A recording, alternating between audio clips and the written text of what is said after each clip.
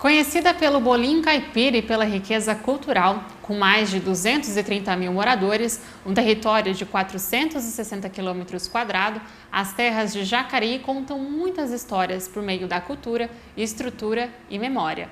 O TV Câmara Entrevista de hoje é sobre os 369 anos da cidade.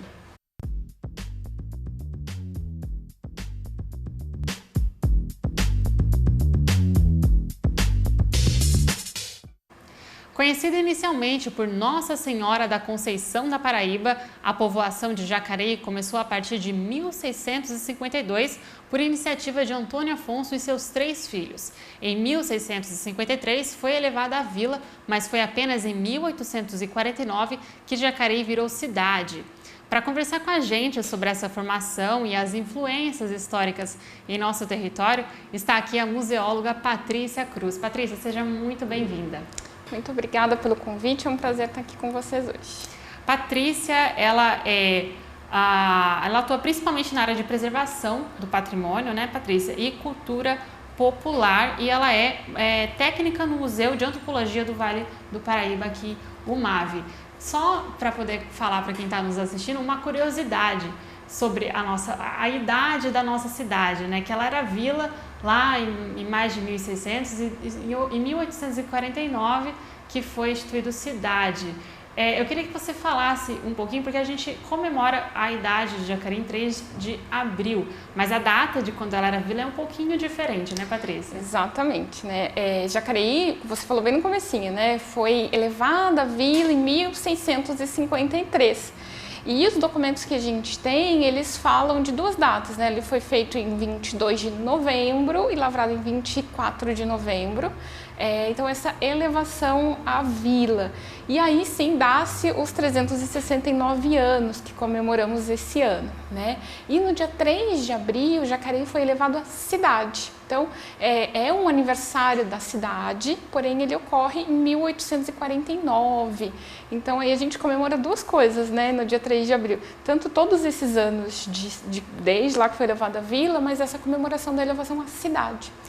Então, é uma curiosidade. E uma outra também a respeito do próprio Antônio Afonso, que em 1652, Jacareí era uma sesmaria que pertencia ao Antônio Afonso. Só que a gente já tem alguns dados que mostram que ele não esteve aqui, né? Então é uma outra curiosidade aí também, né? Que a gente precisa desbravar um pouquinho mais essas histórias. Porém, a gente tem esse dado de que então Antônio Afonso foi sim dono dessa sesmaria, porém ele não esteve em Jacareí de fato, né, como um fundador da cidade. E ao longo desses anos, né, todas essas influências, né, esses fatos históricos, que a história, conforme ela vai acontecendo, ela está sendo descoberta ainda, né, como você acabou de citar. E aí eu queria que você falasse um pouquinho, né, porque já é um processo aí de 369 anos, né? Muito tempo. Queria que você falasse sobre essas influências, né? Que ajudaram no crescimento da cidade. Então, Jacareí, primeiro, né? Foi uma das primeiras vilas no Médio Vale do Paraíba, né? Então, a gente tem Taubaté sendo elevado à vila em 1640. E aí Jacareí vem logo ali na sequência, né? Então tem uma série aí de Jacareí estando nos primórdios da história do Vale do Paraíba, né? Então ela é uma cidade muito importante por estar, né, nesse ponto geográfico de passagem, né? Era um local de passagem tanto para quem ia desbravar o sertão, quanto para quem ia para Minas, enfim. E Jacareí vai formando a sua identidade, né, muito mais efetivamente ali já no século XVIII, e é quando começa a industrialização na cidade, enfim. Só que a gente ainda tem muito mais coisas sobre esse período mais antigo a ser descoberto, né? Então, a gente, por exemplo, lá no museu, a gente realiza uma série de pesquisas em conjunto com o arquivo público para tentar entender essa história da cidade, né? Porque poucos dados nos chegam, né? Então, a gente se baseia muito nas histórias, por exemplo, dos viajantes, dessas pessoas que passavam por aqui. Então, são esses dados que nós temos, né?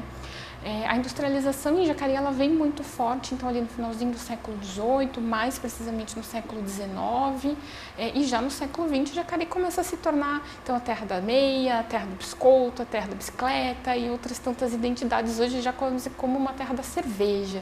Né? E muito disso, essa identidade vai se formando principalmente também por causa do nosso rio. Né? Poucas cidades têm um rio que corta o seu centro, né? Como Jacareí. Jacareí se beneficia demais de um ponto de vista econômico do rio. Então, ele faz muito parte dessa identidade. Né?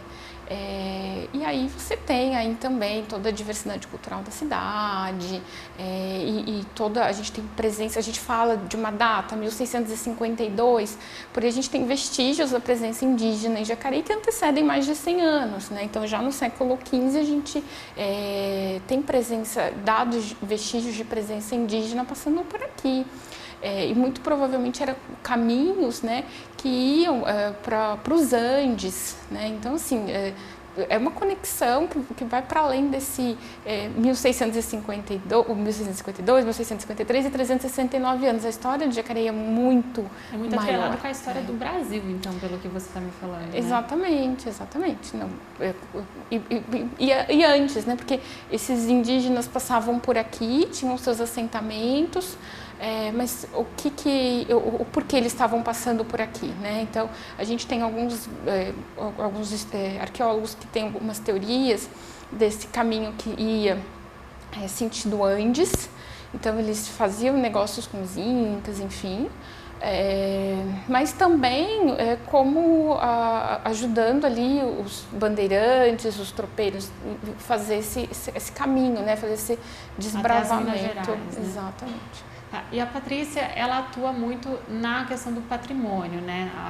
Sobre o assunto de patrimônio cultural. Eu queria que você explicasse, antes da gente seguir também aí para as curiosidades sobre os sítios arqueológicos, você falasse primeiro para a gente sobre a diferença entre patrimônio material e patrimônio imaterial. O patrimônio imaterial, ele perpassa o patrimônio material, mas o que é cada um? Né? Então, o patrimônio material, ele foi instituído no Brasil ainda lá na década de 30, né, do século XX, e ele tinha aquela ideia do pedra e cal. O que é isso? Aquilo que você toca, aquilo que você constrói. Então, é material mesmo, é de tocar. Que é palpável. E o imaterial, ele é aquele que está ligado ao afeto, está ligado à memória, está ligado aos saberes, né? Então, saber fazer. Então, um artesão que faz manualmente um sapato, que faz manualmente um outro objeto, e ele produz ali a cultura material, que a gente chama, mas esse saber fazer que ele recebeu de outras gerações, muitas vezes, é o patrimônio imaterial. Nosso bolinho caipira. Um exemplo, né? Porque a gente come o bolinho caipira. Você está comendo, eu vou comer um patrimônio material. Não, o patrimônio material é a receita, é o saber fazer, é como preparar. A gente tem Jacareí Donione, que é mestra cultura viva, e ela tem ela fala, sempre quando eu converso com ela fala assim, Patrícia, sabe que o bolinho caipira ele é fofoqueiro, né? Porque ele se une todo ali na panela e ele só tá frito quando ele se separa. Então, enquanto ele tá fritando, ele tá juntinho, daí depois ele separa. Porque ele é fofoqueiro, mas é quando ela sabe que ele está pronto. Então, assim, esse é um saber, né, que ela foi aprendendo na observação, que ela aprendeu com outra pessoa. Isso é patrimônio, né? São essas memórias. E quando eu falo que ele perpassa o patrimônio material, quando a gente fala de um prédio, né? Por que esse prédio é importante? Um exemplo, o prédio onde está sediado o MAV.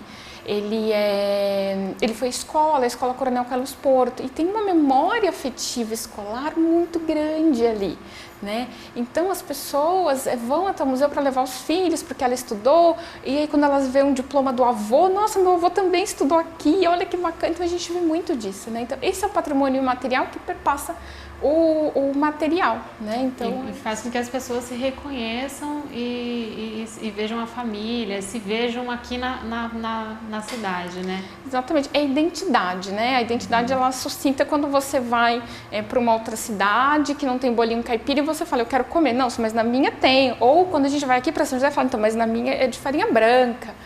Vocês faziam de farinha de milho amarela, com carne, olha como eu sou diferente. E aí vai suscitando a identidade, né? E é isso que nos faz, desde ser jacariense, ser do Vale, tipo São Paulo, brasileiros, é quando a gente vai, né, criando esse sentimento de pertencimento, né? E o patrimônio ele é justamente esse sentimento de pertencimento, porque você não preserva algo que você não faz parte. Sim. Então, isso é identidade, isso é patrimônio. E ajuda na preservação também, né? E falando sobre essas influências, a gente possui como prova dessas realizações históricas os sítios arqueológicos. A gente observa na tela agora algumas imagens, né? E aí eu queria que a Patrícia falasse pra gente, enquanto vai passando essas imagens para quem está em casa nos assistindo, o que são esses espaços, o que é sítio arqueológico e o quanto que isso está relacionado ao que a gente acabou de falar, a questão do patrimônio.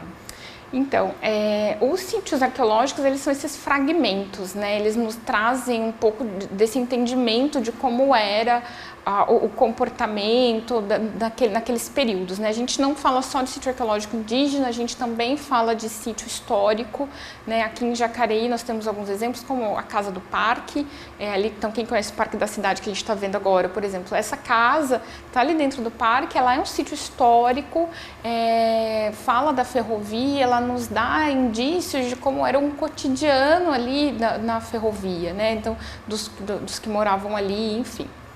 Então essa é a grande função do sítio arqueológico, né? Aqui em Jacareí foi descoberto, por exemplo, no Vila Branca, o tembetá, que ele é um adorno labial, que ele é uma honraria que se dava, né, ao indígena. A gente não sabe o motivo dessa honraria, porque era feito com uma pedra que não é encontrada aqui. E não temos dados em outros sítios aqui na região ainda de peças semelhantes. Então, Jacareí tem, né, esse adorno que a gente não encontra em outros locais. Então, são indícios de que talvez de como essas comunidades viviam, né? E como eu falei, né, a arqueologia ela nos vai dando esses fragmentos, né? É um quebra-cabeça, porque a gente tem um documento, mas aí a gente tem um material, né? A gente tem esses fragmentos, essas peças, e a gente tem um documento que corrobora com aquilo que a peça está mostrando, e a peça corrobora com aquilo que o documento demonstra. Então, a gente vai formando esse quebra-cabeça, vai formando essa história. Isso ainda é muito recente aqui, né? E a gente tem muito ainda a explorar dessa área aqui em Jacareí. E aí, falando ainda sobre os sítios, né, ainda tem um longo caminho para percorrer de pesquisa, né? São 10 sítios pesquisados, mas só 8 recuperados, né, Patrícia? Isso. E aí eu queria que você falasse um pouquinho sobre essa recuperação, sobre esse processo arqueológico. A recuperação quer dizer que houve salvamento, né? Então foi um material que foi salvaguardado, que foi retirado, pesquisado e hoje está no nosso núcleo de arqueologia. São 10 sítios que, por exemplo, nós temos o sítio da Lainte, lá não houve uma pesquisa intensa, né? Então ainda tem material arqueológico que não foi pesquisado lá ainda, então esse material não foi todo feito o salvamento. Então nós temos algumas peças que saíram de lá, mas todo o sítio ainda não foi finalizado a pesquisa. Por isso que então a gente tem 2 aí nesse caso, né, que estão nessa linha de sítios que não foram ainda finalizados a pesquisa. Recuperados. E é importante a gente deixar bem claro sobre a importância da manutenção dessa cultura, né, desses sítios, né, tanto dos sítios históricos quanto os cerâmicos, né, como você falou do Ardono, e esses documentos recuperados, né, porque essa manutenção cultural, Patrícia, você acredita, como museóloga, que ela é importante para a própria valorização da história da cidade, para as pessoas que aqui moram, valorizar o seu território? As pesquisas, a documentação que está no arquivo público, todo o material que está no núcleo de arqueologia, eles são fundamentais, porque é a partir da história que você vai dando possibilidades de identidade, né? Então, quem sou, de onde vim, para onde vou, né? Então, as pessoas começam a valorizar a sua cidade, mas a sua própria história, a sua identidade. Na minha cidade tem isso, né? Na minha cidade tem sentimento de pertencimento, né? Exatamente. É valorização. Então, é fundamental, sim, para a valorização. Tá? é importantíssimo, né? Então, cada pesquisa, e a gente recebe, por exemplo, a gente tem um material nosso agora que está sendo pesquisado em Harvard, foi para lá para fazer testes de DNA, enfim.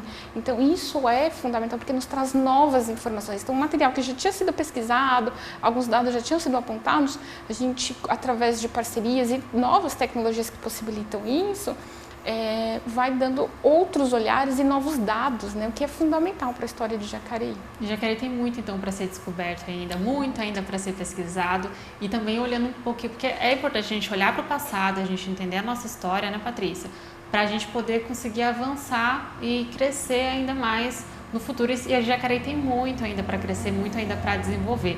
Eu gostaria de agradecer muito a sua participação, de você ter topado vir aqui nesse TV Câmara Entrevista especial de aniversário de Jacareí, e espero que a gente possa conversar mais sobre essas pesquisas e conforme o MAVER for descobrindo mais coisas sobre a nossa cidade.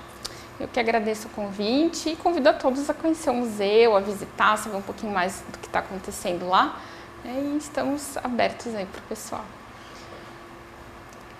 E no próximo bloco vamos continuar falando sobre a cidade de Jacareí, mas dessa vez vamos conversar com o artista Rafael Raico sobre o que estávamos falando agora com a Patrícia, essa identificação com o território, mas aí por meio da arte. É daqui a pouco, não saia daí.